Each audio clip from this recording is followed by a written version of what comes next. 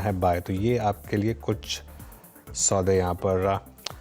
देखिए market down है लेकिन कोशिश कर रहा है एक 17,950 किसी तरीके से बचाने के लिए।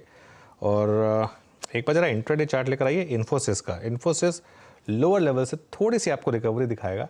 और उसके अलावा स्टॉक्स एशियन पेंट्स आज सेलिंग प्रेशर इनफैक्ट खुला ऊपर, लेकिन इस समय यहाँ पर एक सेलिंग प्रेशर आपको दिखाई देगा। काफ़ी इंटरेस्टिंग मूव यहाँ पर।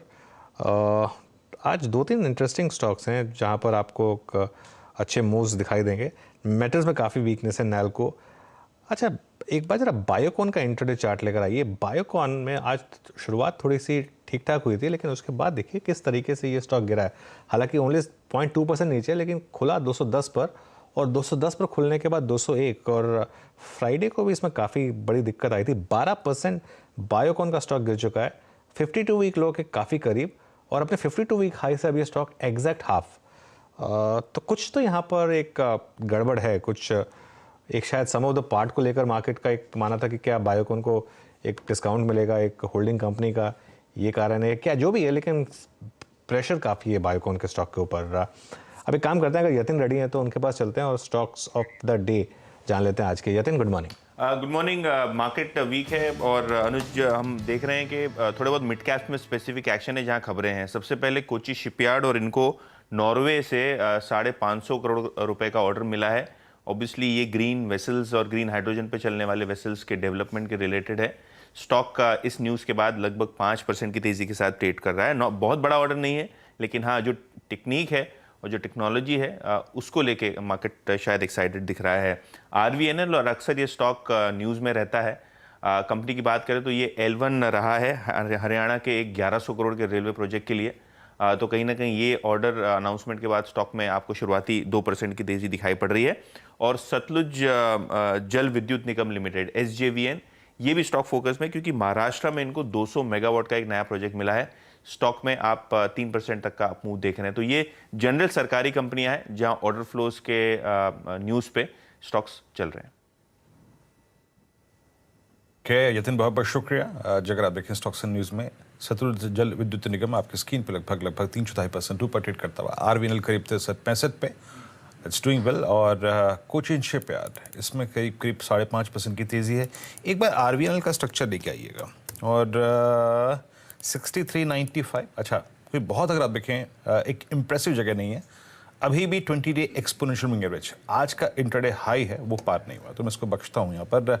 आशीष माहेश्वरी जी, आज आप इस गुफ्तगू में बातचीत में हमारे अभी शिरकत कर रहे हैं। बाजार का मूड खराब है ग्लोबली, अगर आप देखें बैंक्स इन ट्रबल, और उसका एक advantage clearly precious metals, Boolean, gold लेता हुआ एट ऑल टाइम हाई। अब आपकी अप्रोच क्या रहेगी? आई मीन अगर किसी की शॉर्ट टर्म लिक्विडिटी है तो वो करेगा। आपके पास बहुत विकल्प है, आपके पास डेट है, आपके पास FD है, आपके पास गोल्ड है, या फिर टाइटन आपके पास एक विकल्प है, गोल्ड फाइनेंस कंपनीज आपके पास विकल्प हैं। आपकी अप्रोच क्या रहेगी इस वर्टिकल में? क्या पिक करना ज़्यादा अच्छा समझेंगे? बिल्कुल। इनफैक्ट ग्लोबली भी यही हो रहा है कि जो रिस्की एसेट है वहां से निकलकर जो फंड का मूवमेंट है वो गोल्ड की या सिल्वर की तरफ बढ़ रहा है।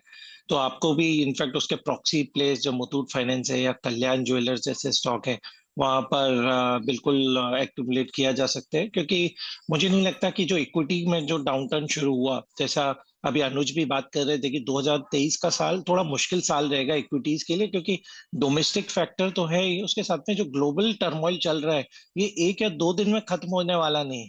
तो एक बैंक दूसरे बैंक को टेक ओवर कर रहा है या फेड सपोर्ट कर रहा है, तो ये अब एक बॉक्स खुल गया है जो कुछ ना कुछ यहाँ पर आता रहेगा। तो मेरी सलाह रहेगी कि बिल्कुल थोड़ा सा गोल्ड को भी आपके पोर्टफोलियो का इस बार हिस्सा बनाना पड़ेगा, और उसके ही प्रॉक्सी प्ले जैसे कल्याण ज्वेलर मुझे ज्यादा पसंद है यहाँ पर, और मुथूट फाइनेंस, इन दोनों स्टॉक्स पे नजर रखना चाहिए।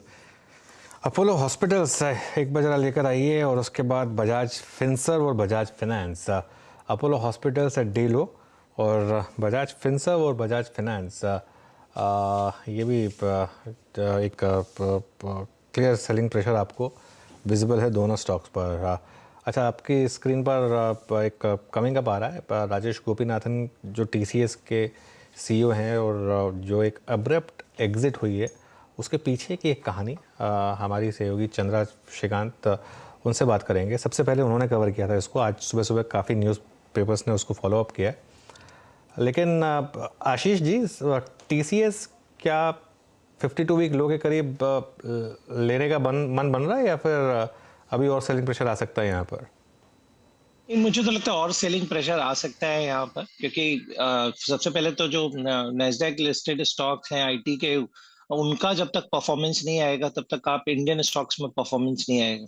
दूसरी बात, जैसा आप पिछले सेगमेंट में ही बात कर रहे थे कि जो हमारी फ्रंटलाइन कंपनी है, चाहे टीसीएस हो, इन्फोसिस हो, विप्रो, एचसीएल टेक हो, उनका जो मेजर मार्केट शेयर है वो बीएफएसआई सेगमेंट से ही आता है। तो यदि बीएफएसआई सेगमेंट में टर्मोइल है यूएस मार्केट में, तो जो ऑर्डर इनफ्लोज है आगे जाके वो स्लो हो जाएंगे। दूसरी बात, अब इंटरेस्ट रेट चूंकि और बढ़ने का अंदेशा है कि 25 बेसिस पॉइंट और बढ़ेगा, तो आप देखेंगे कि फेड धीरे धीरे आपकी इकोनॉमी को रिसेशन की तरफ यूएस में डाल रहे हैं, तो वहां पे भी उसका इम्पैक्ट आपको देखने को मिलेगा आईटी कंपनीज की अर्निंग पे। तो मेरा मानना है काफी सिलेक्टिव होने की जरूरत है आईटी स्टॉक्स में। तो जैसे यहाँ पे यदि बात करें तो केपीआईटी मुझे एक बेहतरीन बेट अभी भी लगता है। मेरा मानना है जो फ्रंटलाइन आईटी स्टॉक जो बीएफएसआई को केटर करते हैं उन्हें अवॉइड करना चाहिए। ओके, चलिए एक बार जरा वापस